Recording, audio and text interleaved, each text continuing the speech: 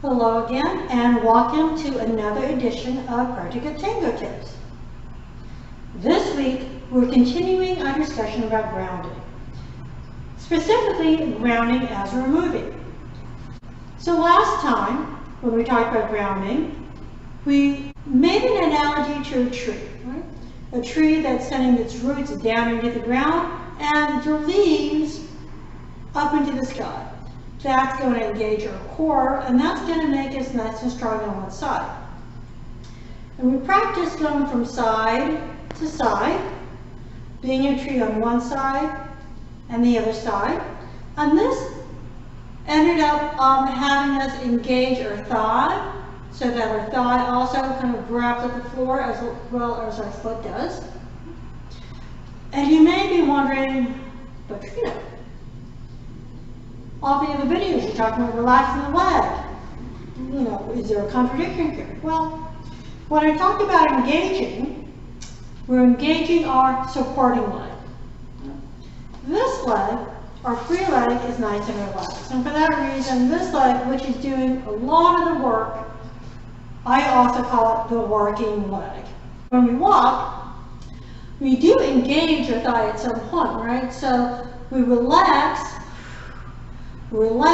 as we start a walk, but then as we direct our thigh, that's when we start engaging to go in the direction we need to go, whether it's forward, to the side, off on an angle, wherever it is. Okay, so I hope that clears up any confusion. So there's always going to be a constant engagement, relax, as you're dancing. Let's talk about grounding as we're walking. Now, when we are dancing tango, we have a beat here and we have a beat here.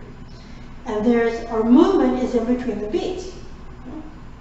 If you think about it, most of our time is spent in between the beats, not at the actual beats, right? Which means that for our grounding, a lot of it needs to happen while we're actually in motion, not while we're just standing still. How do we do that? Okay, well, let's play some basketball. Okay, so if you're not up for your chair yet, let's get up and let's play some air ball. I have here my imaginary basketball, and you have to try to block me. So here we are, playing some basketball. You don't know where I'm going to go. I could go this way, I could go back, I could go forward. What am I going to do? And freeze. Now, I want you to take an assessment of what your body's doing. Well, if you're playing along with me, and I hope you did, you might notice, well, your knees are bent, right? Your energy is going down into the floor so that you can move around on the floor. And most of your weight is going to be on the toes, on the balls of the foot, as opposed to the heel. Because what's happening, you want to be able to move around.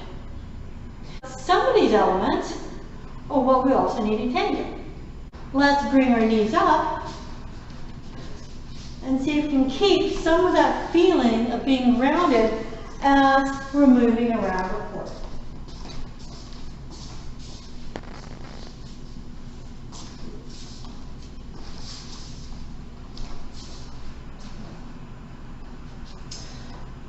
Now, let's add in another element of how we want to stay grounded. We talked about having 4 parts of our step. We have an extension, or weight transfer, or closing, and a pivot.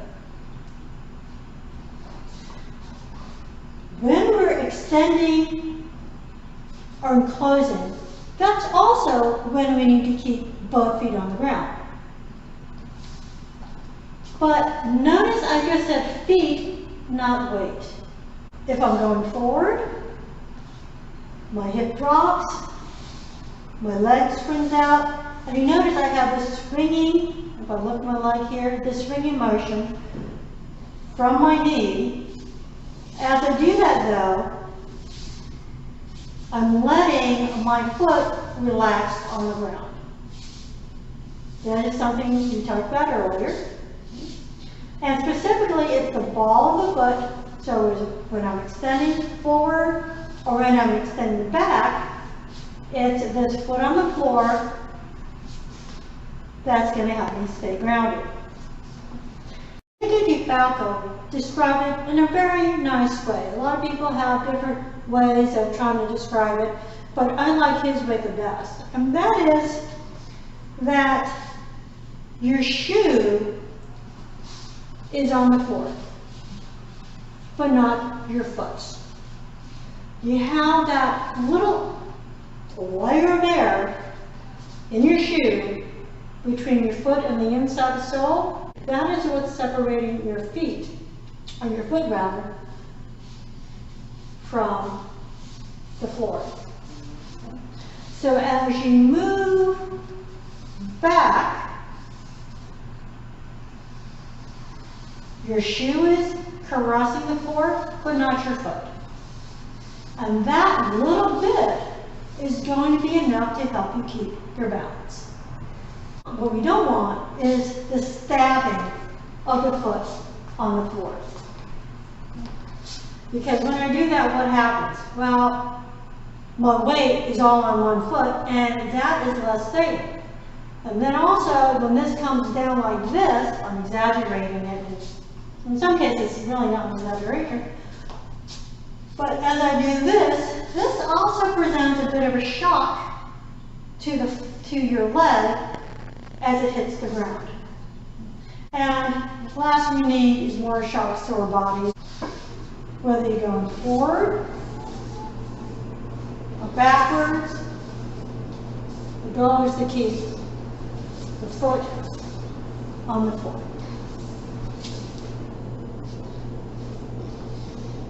So let's talk about pivots. We'll talk later about more specific of how to pivot. But when you pivot to be grounded, you don't want to just think of something horizontal, but you also want to think about it going vertically, that is down. If you're going to take a step and pivot, let's say I need to do an outro and I need to face that way, I'm thinking of going down. And you notice how bent my knees are. If I do the other direction, I'm stepping. And this is going to keep you steady. Here, watch my foot again. Together. Here. There we go. And I'm thinking down into the ground, down into the ground. If you think up, this happens, and that's just not a very stable or grounded position to be in. You really want to think of doing your outros and your pivots down in the ground. And that's true for both the man and the woman. One of the other ways to maintain your grounding as you're moving is actually through your adornments or ornaments, as they're also called as well. So as I'm walking, I can add something to my walk to express the music or mood I'm in, or just to make our walk seem a little prettier. In the case of men, we have those in case. This is a very common ornament that you have, where you can just be in this position, right? This is your ornament here. And then as you turn, right? Now this becomes your ornament.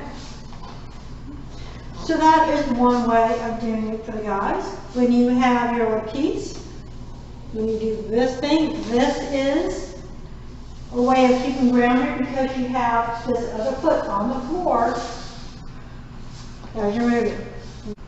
So specifically, when I do an ornament on the floor, I'm trying to use the edge of the ball of my foot. So I'm not using this part of the foot, though I do sometimes. My first instinct is to actually use this part of the foot this ball of the foot here, the side of it, the edge of the foot, to actually create my ornaments. Okay? And just that little bit, you know, this is a bigger pad, but just that little bit is enough to give you more balance and more grounding as you're dancing. If I am on one leg and I try to go up in the air, well, then I better be sure that my other leg is nice and stable. So ladies, before you can think of going up in the air and trying to do fancy things with the feet, make sure your supporting leg is grounded. We'll probably want it to be more bent here, because that again lowers your center of gravity, help absorb any changes that happen in your balance as this leg goes up and down. Now, doing whatever you want to do. So that's it for this week. Thank you for watching, and we'll see you next time.